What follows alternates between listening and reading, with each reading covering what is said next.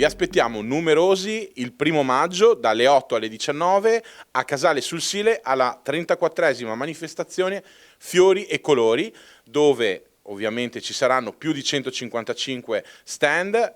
settore floro-vivaista. Vi aspettiamo numerosi, sarà una bellissima manifestazione, come succede ormai da tantissimi anni, colorata, con la possibilità di acquistare piante, di acquistare fiori, ci saranno stand di artigianato. L'amministrazione comunale, capitanata dal sindaco Stefania Golisciani, ha fatto di tutto perché questa manifestazione possa avere, come dire,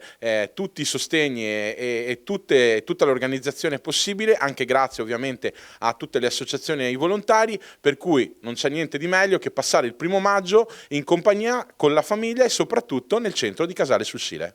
Venite tutti il 1° maggio a Casale per la manifestazione Fiori e Colori di Casale sul Sile. Ci sono oltre 155 espositori, una tradizione che continua da 34 anni grazie ai volontari del gruppo Amici per Casale con la collaborazione e il patrocinio dell'amministrazione di Casale sul Sile, e c'è una media di 25.000-30.000 visitatori, quindi una manifestazione che è tornata finalmente ai livelli pre-Covid, quindi finalmente stiamo uscendo da quel periodo buissimo. Quindi venite e vi godete anche una bellissima passeggiata sul nostro fiume Sile. Come avete sentito, il 1° maggio si svolgerà a Casale la manifestazione Fiori e Colori, ci saranno tantissimi visitatori, saranno oltre 25.000 per 155 espositori. Chiaramente per fare questo, per accogliere in sicurezza tutti i visitatori, è stato predisposto un servizio di sicurezza e la necessità di dislocare sul territorio coinvolto di Casale sul Sile appunto decine di volontari che si occuperanno di gestire l'accesso ai varchi e la sicurezza in tutti i sensi